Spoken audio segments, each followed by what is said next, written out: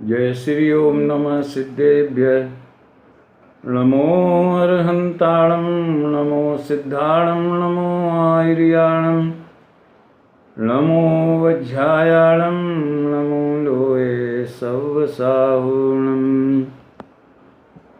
मंगलं भगवान वीरो मंगलं गौतमो गणी मंगलं कुंदकुंदार्यो जैन धर्मोस्तु मंगलम्। सर्वमंगलमांगल्यं सर्वकल्याणकारकं प्रधानं सर्वधर्माणां जैनं जयतु शासनं। वीतरागं जिनं नत्वा ज्ञानानन्दैकसम्पदं वक्ष्ये समयसारस्य वृत्तिं तात्पर्यसंगिकाम्। वन्दितु सौसिद्धे ध्रुवमचलमणोवमङ्गदिं पत्ते वोच्छामि समय पाहुड मिणिमो सुई केवली घणिरम्।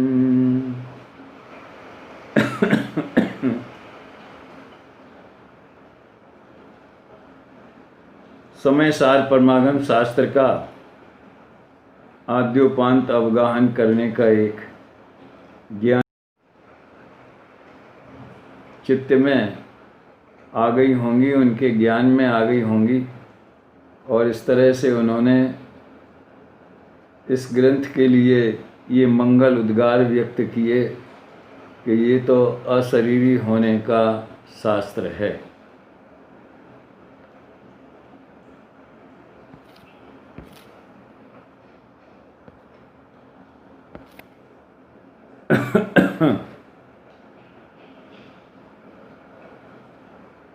थोड़ी बहुत सेटिंग में सीखना पड़ता है, कुछ नई नई बातें समस्याएं आती हैं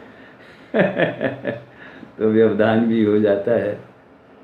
मैं गाथा पढ़ता हूँ और गाथा से अपन प्रारंभ करते हैं। न विहोदियपमत्तो न पमत्तो जान गोदुजो भावो एवं भणन्ति शुद्धं नादो जो सो दुसो चेव। नहीं अप्रमत प्रमत नहीं जो एक ज्ञायक भाव है। इस रीति शोध कहाय अरु जो ज्ञात वो तो वो ही है।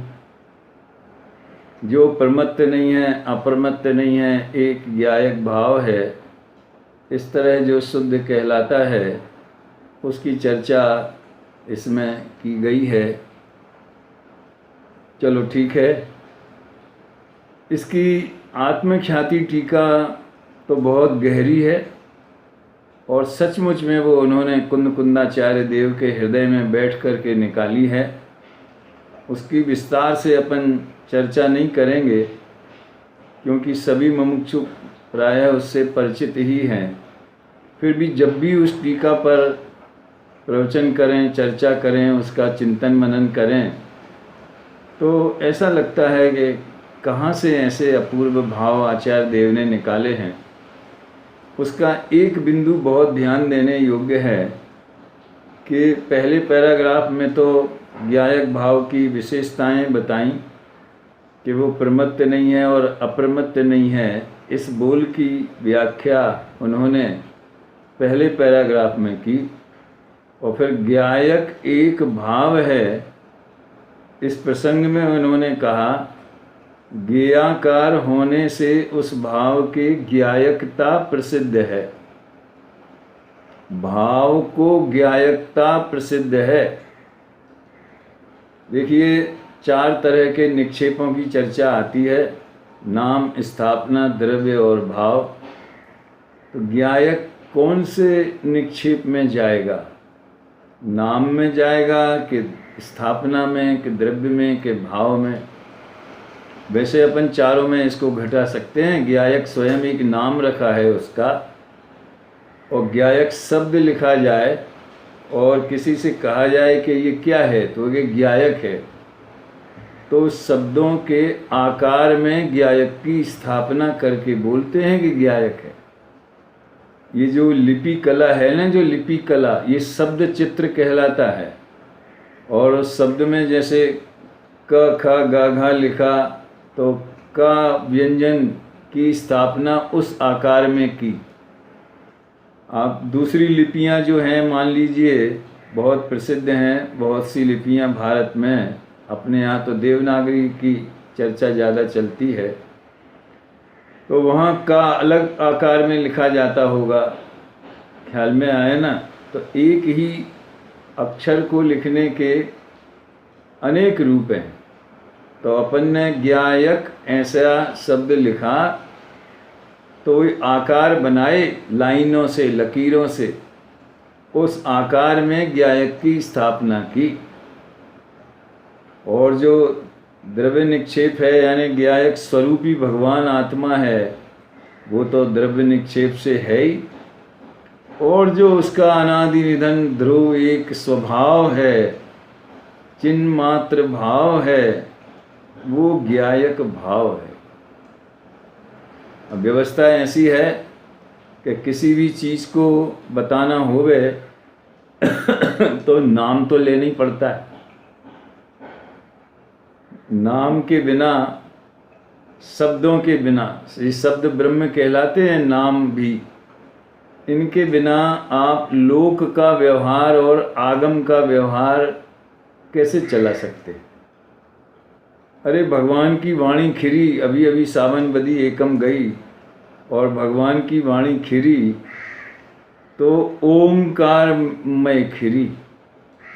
तो ओमकार के बिना भी क्या उस वाणी की कल्पना की जा सकती है क्या?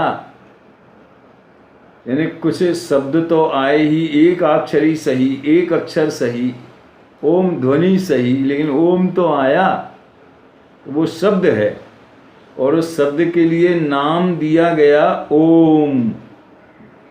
बहुत से लोगों का नाम भी होता है ओम। जबलपुर में हमारे यहाँ एक ज्वेलर था, उसका नाम ओम शंकर था। ऐसी बात है भाई। तो ज्ञायक भाव को ज्ञायकता प्रसिद्ध है। अभी तो अपन आत्मख्याति की चर्चा कर रहे हैं। तात्पर्य वृत्ति की इसकी बहुत छोटी और संक्षिप्त है, नयों के आधार से है। तो मैं ये कहना चाहता हूँ कि उस भाव का नाम ज्ञायक रखा। जैसे अपन किसी भी बच्चे का नाम, यद्यपि नाम में कोई गुण या कोई वो नहीं होता है, गुणों की अपेक्षा, विशेषताओं की अपेक्षा किसी का अनंत नाम रख दें, इसका ये मतलब थोड़ी कि वो अनंत हो गया। महावीर रख दें तो महावीर हो गया, ऐसा थोड़ी है। पसंद से, किसी न किसी उद्देश्य से अच्छा संबोधन कौन सा होना चाहिए, इसके लिए नाम रख दिए जाते हैं। तो ज्ञायक नाम रखा, उस भाव का नाम ज्ञायक रखा, जिसे हम ज्ञायक नाम से जानते हैं, ऐसा भाव, उसको ज्ञायकता प्रसिद्ध है। ज्ञायकता से मतलब जानपना, ता इसमें लगा के विशेषण बताया। तो देखिए, मनुष्यों के जो नाम रखे जाते हैं वो तो लगभग अहेतुक और माँ बाप की रुचि और पसंद के अनुसार होते हैं। लेकिन आगम में जो कर्म प्रकृतियों के नाम रखे, नयों के नाम रखे, ऐसे बहुत से नाम ऐसे हैं जो अपने अर्थ को, पदार्थ को, जिसके कि वो नाम हैं, सार्थक करते, उसका स्वरूप ध्वनित करते। तो ये ज्ञायक ऐसा कुछ भी नामकरण संस्कार कर दिया कि एक समारोह करके, ऐसा नहीं है। ये जो ज्ञायक है, ज्ञेयाकार परिणमन होता है उस भाव में। अब मैं इस चर्चा में नहीं जाऊंगा, स्वपर प्रकाशक की इसके पहले कर चुका हूँ, बहुत हो चुकी है। स्वपर प्रकाशक पर विशेष व्याख्यान भी शायद किसी शिविर में आए हैं, चिन्देशना शिविर में दिए हैं शायद। तो उसको ज्ञेयाकार कहना ये असद्भुत व्यवहार है। ज्ञान का ही आकार है ऐसा भेद करना ये सद्भुत व्यवहार है। और वो ज्ञान मात्र है परिणमन, वो ज्ञान का आकार तो कोई ज्ञान जुदा है और आकार जुदा है ऐसा तो नहीं है। वो जो आकार है वो ज्ञान ही है। इस तरह भेद का निषेध करना और शुद्ध ज्ञान मात्र के ऊपर लक्ष्य करना, वो भेद कल्पना निरपेक्ष द्रव्यार्थिक न कहलाएगा या अभेद द्रव्यार्थिक न, इस तरह से नाम दिए जाते हैं। अपन परम शुद्ध निश्चय ने की भाषा में भी उसे कह सकते हैं।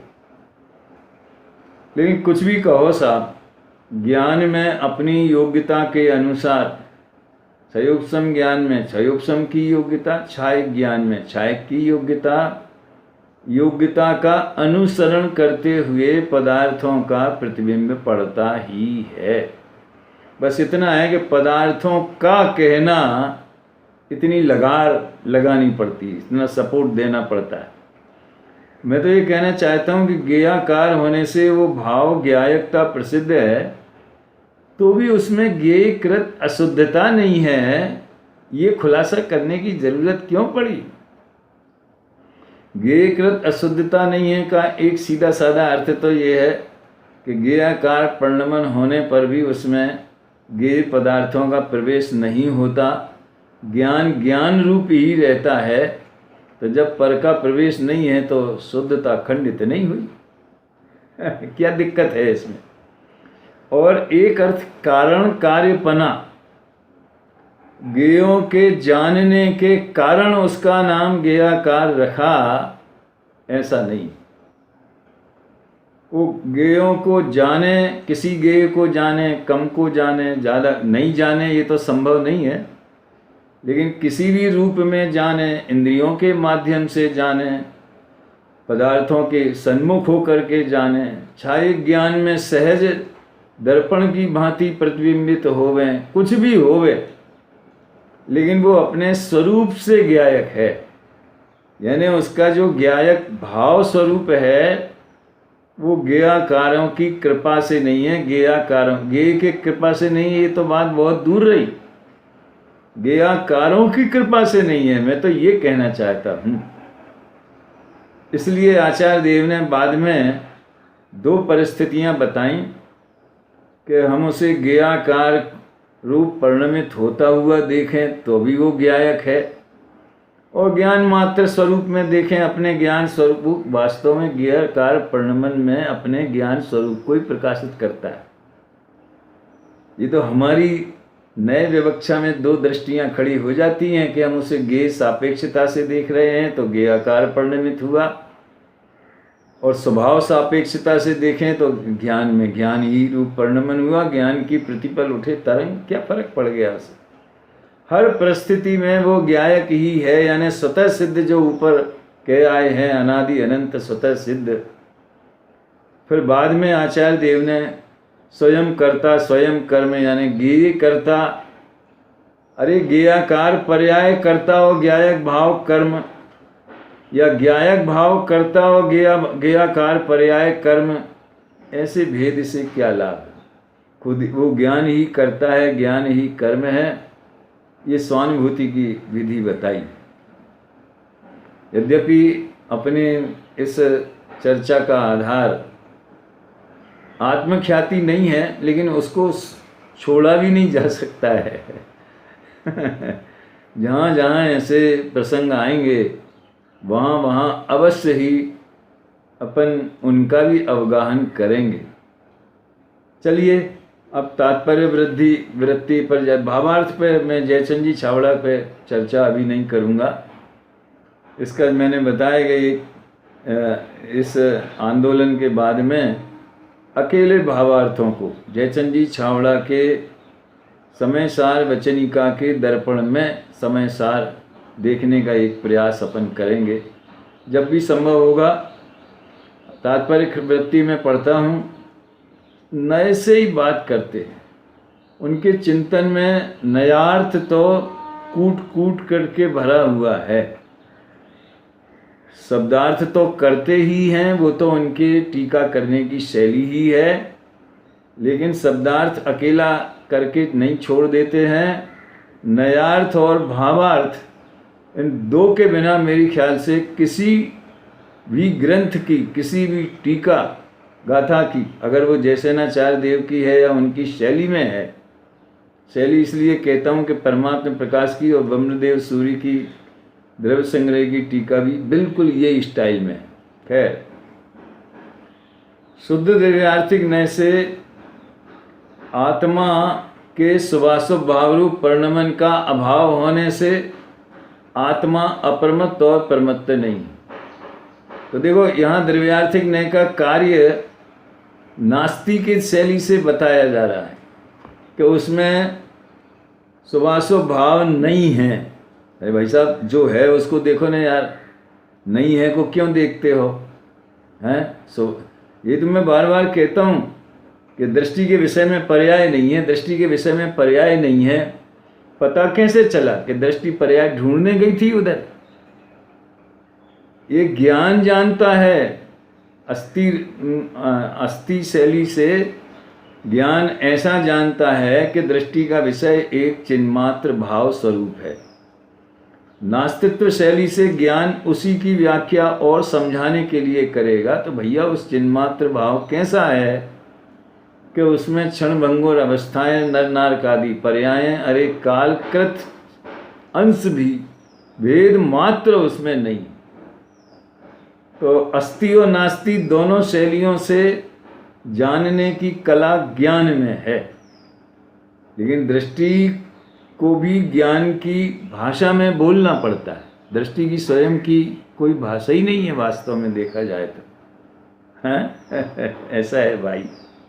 चलिए, शुद्ध द्रव्यार्थिक नय से आत्मा के शुभाशुभ भावरूप परिणमन का अभाव होने से आत्मा परमत्त और अपरमत्त नहीं है। प्रमत्त शब्द से मिथ्या दृष्टि आदि से लेकर प्रमत्त संयत गुण स्थान तक, 6 गुण स्थान तक गुरुदेव ये सब गुण स्थानों का वर्णन बताते हैं। यद्यपि वो जयसेनाचार्य की टीका सामने नहीं रखते, लेकिन जहाँ भी उसका उल्लेख करते तो उनका नाम लेके जयसेनाचार्य देव ने ऐसा कहा है।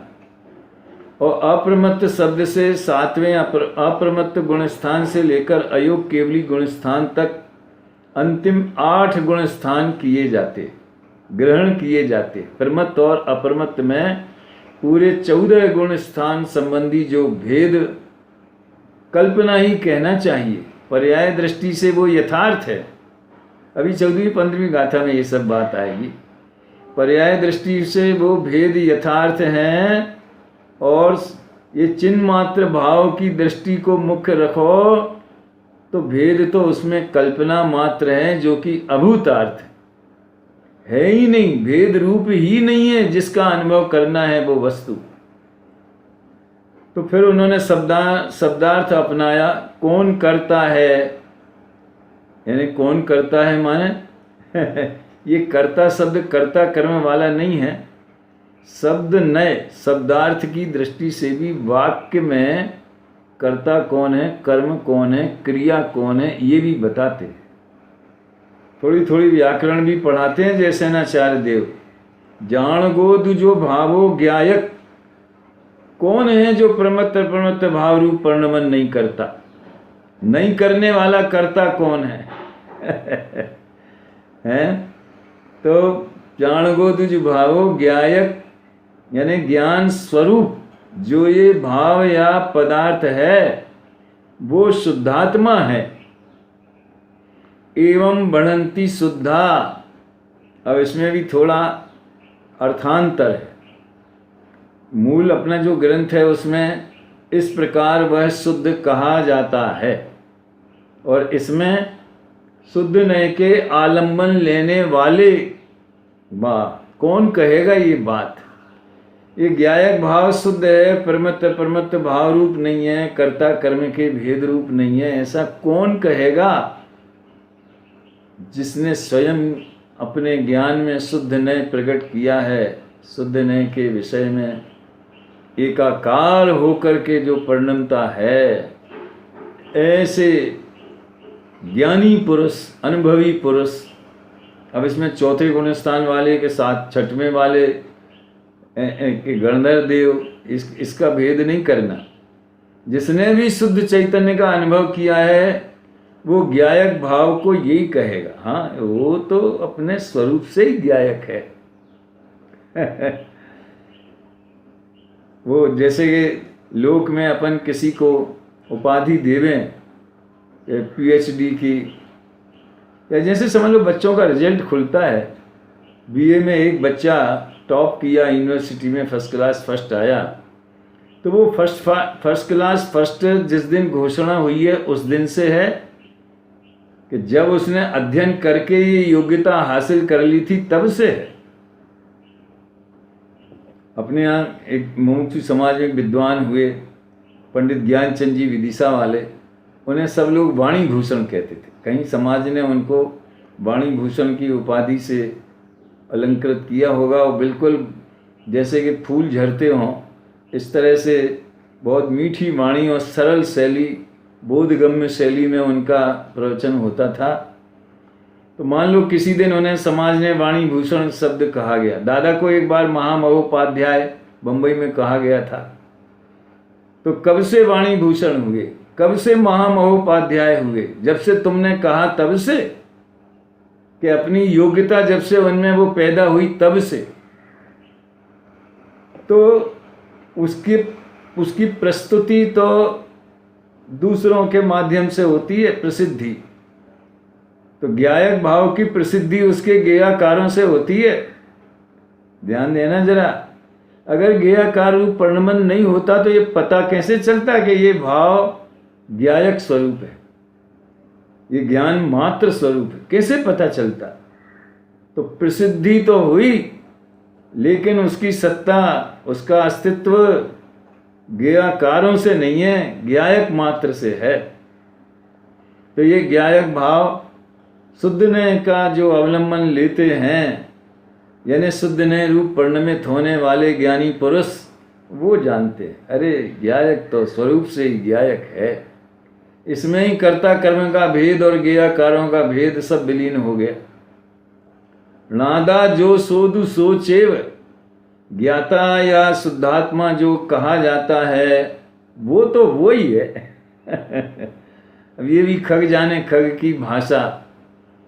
वो कहते ना, कोई कहता है नहीं सत है, कोई कहता है असत है, और सत और असत के बीच में जो है सो है।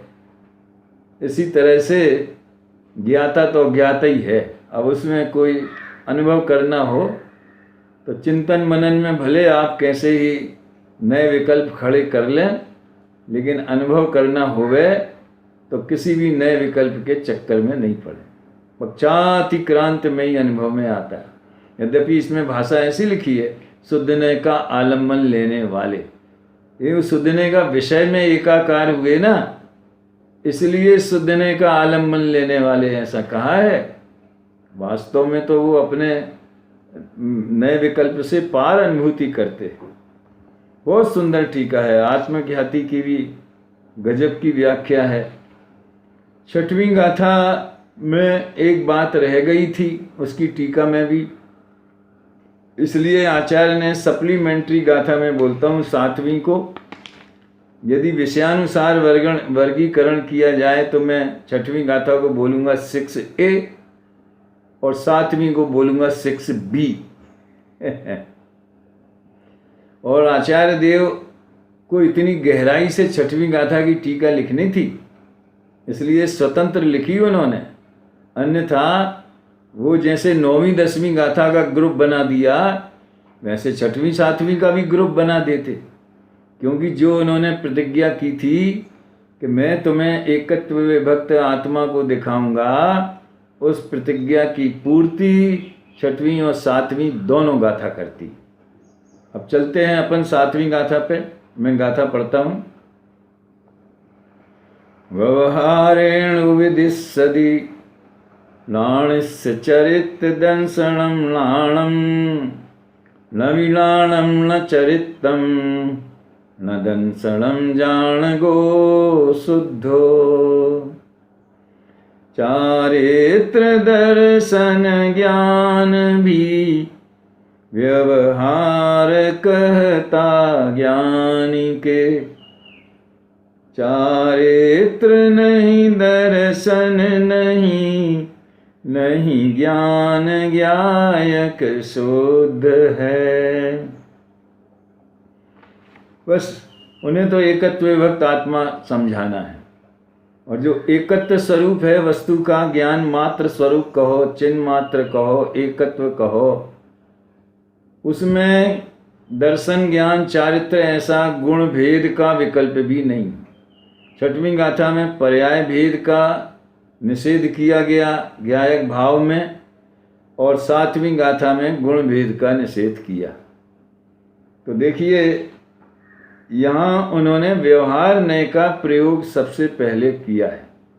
छठवीं गाथा में, मूल गाथा में कोई निश्चय नय से आत्मा ज्ञायक स्वरूप है ऐसा नय नहीं लगाया। ये तो टीकाकार जैसे नाचार्य देव ने लगाया। लेकिन सातवीं गाथा में तो आचार्य कुंद कुंद स्वयं कहते व्यवहारेण विदिशति, व्यवहार से उपदेश किया जाता है, समझाया जाता है, कहा जाता है। इसी के उत्तर में फिर उन्हें आठवीं गाथा में कहना पड़ा कि व्यवहार के बिना परमार्थ का कथन नहीं होता, इसलिए व्यवहार से परमार्थ को हम बताते हैं। ऐसा है भाई। अब इसमें टीका बहुत सरल है। वो कहते बंध की बात तो दूर रहो, ये तो तीसरी गाथा में ही आ गया था कि एकत्व में बंधन की कथा विसंवाद उत्पन्न करती है। आप बंध की बात करते, आत्मा में कर्म बंध है कि नहीं ये पूछने आए हो। टोन देखो, टोन आचार्यों की धन्य है? आप राग द्वेष हैं कि नहीं वो भी तो बंध है ना, भाव बंध। वो प्रश्न पूछने आए हो? अरे वो तो पहले ही कक्षा में निकल गया भैया। प्रमत्त नहीं है, अप्रमत्त नहीं है, यानी बंध पर्याय नहीं है।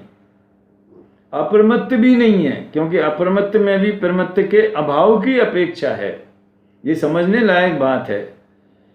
प्रमत्त का अभाव करके, यानी राग द्वेष का अभाव करके वीतरागता प्रकट होती है, तो वो राग द्वेष के अभाव की अपेक्षा रखती है। ज्ञायक तो स्वभाव से ही राग द्वेष के अभाव स्वभाव वाला है। क्या भावांतर के अभाव स्वभाव से वस्तु का अवभाषण होता है। प्रवचन सार 101 गाथा में ये बात आती है। कल ही मैंने दादा का इस पर प्रवचन सुना था। तो आप बाहर के घुसपैठियों की बात तो छोड़ो कि राग द्वेष नहीं है, कर्म बंध नहीं है, मनुष्य नहीं है, देव नहीं है, नारकी नहीं है। भाई साहब, हम तो कहते हैं कि जो आप कहते हैं ना ज्ञान स्वरूप है, दर्शन स्वरूप है, चारित्र स्वरूप है, ये भी अभेद की कोई भाषा नहीं होती, अनुभूति होती है। और भेद की भाषा भी होती है, और अज्ञान दशा में वस्तु की भेद रूप अनुभूति होती है। अज्ञान दशा, ज्ञानी भेद को जानते मात्र हैं। उसमें एकत्व बुद्धि या अनुभूति उस रूप में नहीं करते, अहमपने रूप में। जानना वो अनुभूति है, वो जुदी बात है, हैं? तो उसमें ज्ञान दर्शन चारित्र इत्यादि नहीं है।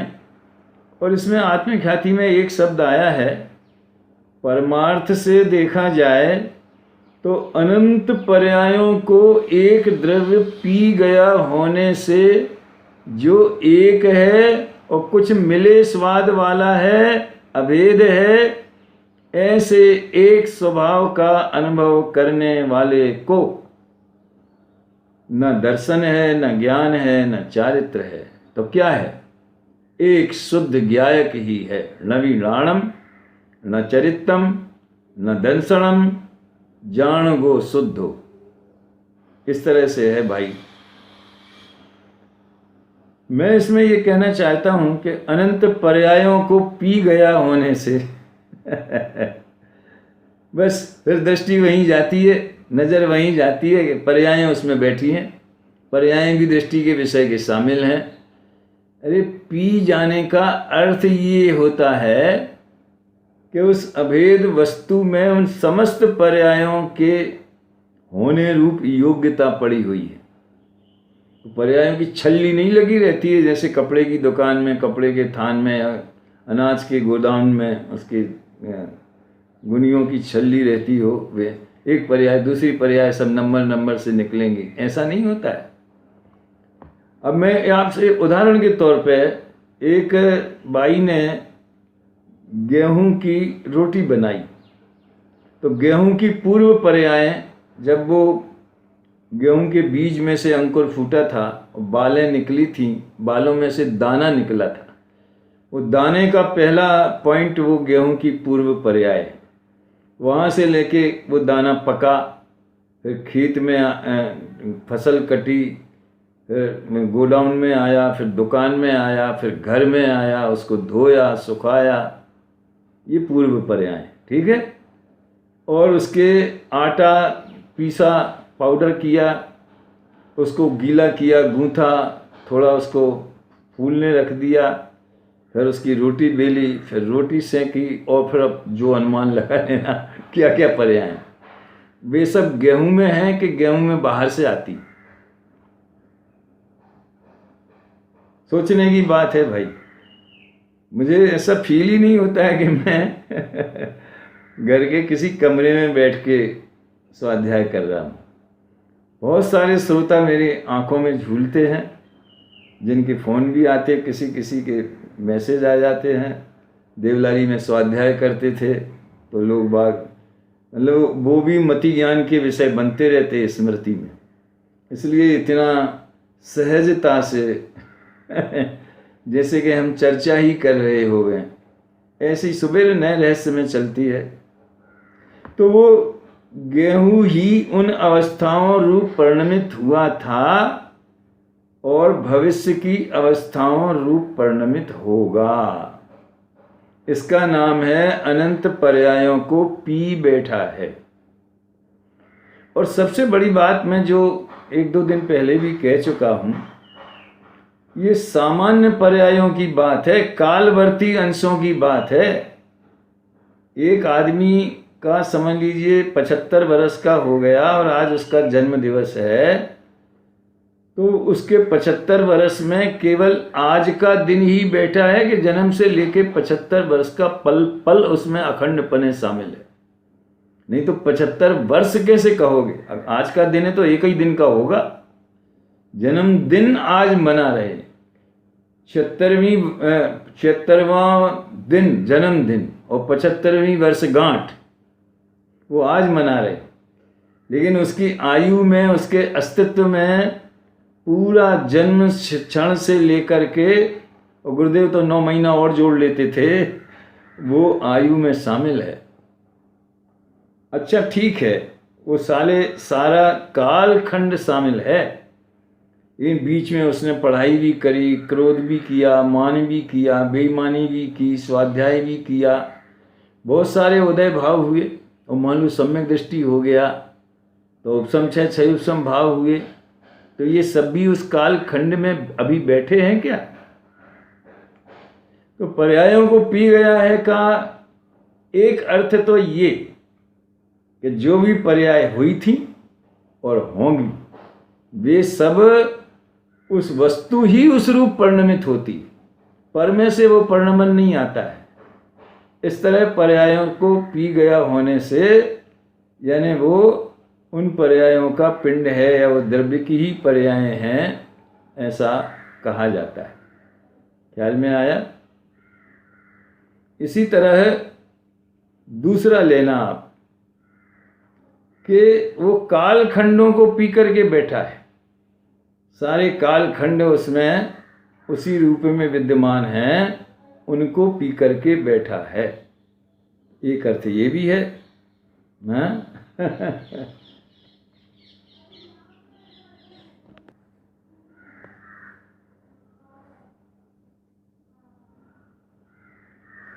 तो कहने का आशय ये है कि पर्यायों को पी के बैठा है मैं, सामान्य पर्याय लेवें तो कालखंड सारे उसमें, क्यों पर्याय नाम ही कालवर्ती समयवर्ती अंश को कहते हैं। और बाकी उसमें राग द्वेष हुए, पुण्य पाप हुए, ये तो सब उसकी बात है। काहे की उदय विशेष की बात है। विशेष पर्यायों की विशेषताएं वो द्रव्य में नहीं डूबी रहती हैं, वो द्रव्य में से नहीं आती हैं और द्रव्य में नहीं जाती हैं। ध्यान देना भैया, थोड़ा सूक्ष्म विषय आ गया। पूज्य गुरुदेव श्री से ये प्रश्न पूछा जाता था और मेरे ख्याल से डॉक्टर चंदू भाई राजकोट वाले पूछते थे कि अंदर जाती है, पर्याय अंदर चली जाती है और राग नहीं जाता है, तो इसका क्या मतलब है? बोले राग अंदर थोड़ी अंदर जाए तो फिर क्या हालत होगी द्रव्य स्वभाव की। अरे द्रव्य और पर्याय जब दोनों कथनचित भिन्न हैं, ये व्यवस्था भी है, यानी पर्याय क्षणभंगुर है और उसमें अनुस्यूत रूप से जो द्रव्य स्वभाव विराजमान है वो त्रिकाल अखंडित है, तो फिर उसका राग द्वेष उसमें चला जाएगा, ये कहाँ से आया? द्रव्य में परिणमन स्वभाव है, केवल ज्ञान रूप परिणमन करना, ये त्रिकाली द्रव्य की शक्ति जरूर है। पर्याय में केवल ज्ञान रूप परिणमन करना, सुनना ध्यान से, एक अपेक्षा देखा जाए, सत्ता निरपेक्ष शुद्ध पर्याय आर्थिक नय। ये पर्यायार्थिक नय के भेद जब सुबह की कक्षा में चलेंगे वहां से आप सुन सकते हैं, पढ़ सकते हैं। सत्ता से निरपेक्ष पर्यायार्थिक नय है, शुद्ध का मतलब वहां वितराग भाव नहीं, सत्ता से निरपेक्ष। तो वो केवल ज्ञान पर्याय सत्ता से निरपेक्ष परिणमित हुई है, अपनी योग्यता से परिणमित हुई है, अपने सटकारक से परिणमित हुई है।